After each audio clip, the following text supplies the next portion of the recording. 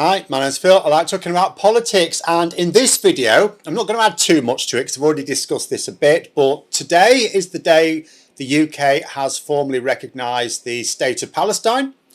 But I want to point out one really mad take on it. I'm not going to spend too long on this, but Dan Hodges. Now, he's a funny bunny. If anyone sort of sees what he posts on Twitter these days, sometimes people get caught out. He writes for the Mail on Sunday, by the way. He's a Tory client journalist. And although famously the son of a former Labour MP, but there it is. That's the career he chose. And sometimes people get shocked because he looks like he's making sense on Twitter. And I keep trying to warn them, he's sucking you in. He occasionally says something that's bleeding obvious to like any vaguely logical person. And you follow him, and then he puts out his mad Mail on Sunday points. And here is one. So in terms of recognising Palestine, like what does it do? The reason we're doing it, like several other countries, which is important in a moment, is because the situation is incredibly dire.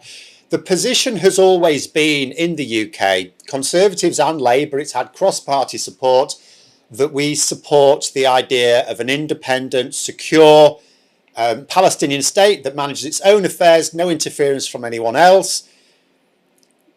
And the time to recognise it was at the point where we could just about make it happen. The idea was, in diplomatic circles, recognise Palestine just at the moment when it is that last little push. You remember, 25 years ago, the Good Friday Agreement, the whole thing took several years, of course, and it just needed a last push, a real push to get people on board.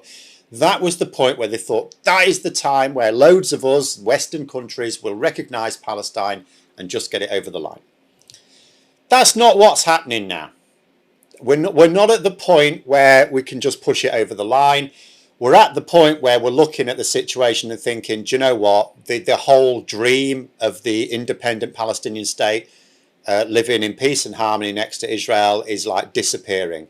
Netanyahu is literally trying to obliterate it, because once he makes it impossible to rebuild Gaza particularly, and if he can force the area to be completely unlivable to the point where just people either die or they have to flee to other countries, whether those other countries want them or not, that's it. It's over. It's game over.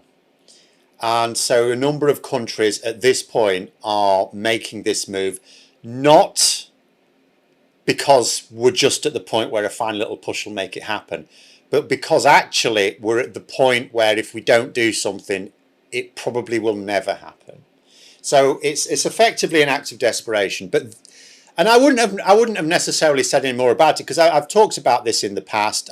Even when the idea was first being mooted months ago, I said I'm very much a supporter of it for those reasons.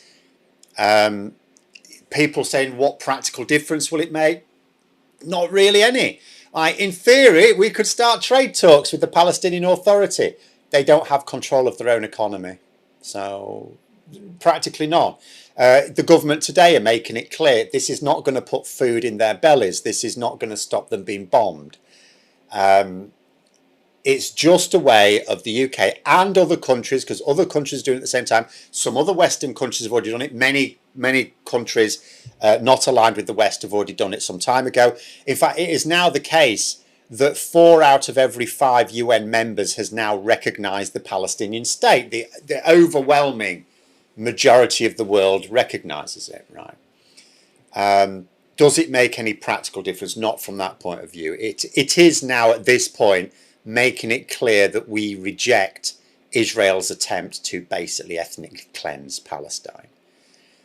But this take, I did feel I had to say something about this. This is utterly mad, right? Look at this. So Dan Hodges, one important thing to remember, today's recognition, of course, the far right and the Tory client media are very much against this move. So, of course, they're going to try and downplay it to allow a future right-wing government to reverse it. That's what he's doing this for, right? He's been told to do this for this reason, right? One important thing to remember, today's recognition is nothing to do with diplomacy, security, or even morality. It is solely about the electoral and internal priorities of the Labour Party. Now, to some people, this is credible, right? This sounds credible because everyone knows the Labour Party in the UK is tying itself in knots over the issue, right? In terms of foreign affairs almost never trips up a party. I suppose Brexit did a little bit of the Conservative Party, but generally speaking, foreign affairs is not considered high priority. So the idea of a political party, particularly a serious political party, tearing itself apart over a foreign policy is a bit mad. But there it is. So it has the ring of credibility, right? Right? Okay. But then answer me this. Why are Canada recognising it today? Why are Australia? Why are Portugal? Why are France tomorrow? I will actually say on the France thing, and I said this before, I think it's a bit cheeky, given that France announced it first, that we didn't wait for France. I know it doesn't really matter too much, but it's a little bit cheeky, a little aside. But are you seriously going to tell me, okay, the Labour government in Australia, okay, there's some sistership there with the Labour Party in the UK, but I don't think Australia are recognising Palestine to help the UK Labour Party out, if I'm going to be honest, right? I mean, they're our mates, but, you know, they're not going to dictate their foreign policy according to what's going to help our internal politics. Canada and France, centrist governments, I mean, again, they're friendly with us, but they've got no reason to go out of their way to help with the internal wrangling within the UK Labour Party. What about the countries that had already done it over the last couple of years? There's been several European countries, well, Western countries in general, but European countries I'm thinking specifically of, who've recognised Palestine in the last few years, specifically because of the sort of pathway that we can all see in place now. You know, are we saying that Ireland, are we saying that Spain, these governments also are adapting their foreign policy just to help out the UK Labour Party? 78% of UN members recognise Palestine. Were they all doing a solid for the Labour Party? Really? Really? I mean, even when you talk about the here and now, today, Australia, Canada, Portugal, tomorrow France, they're all recognising Palestine, and it's got nothing to do with diplomacy, nothing to do with security, nothing to do with morality. It's solely about the electoral and internal priorities of the UK Labour Party, is it? And this man wants to be taken seriously. Like I keep saying, this man, every now and then you'll see a tweet that looks like it's sensible. Oh, he's been sensible. What's this about? He's sucking you in.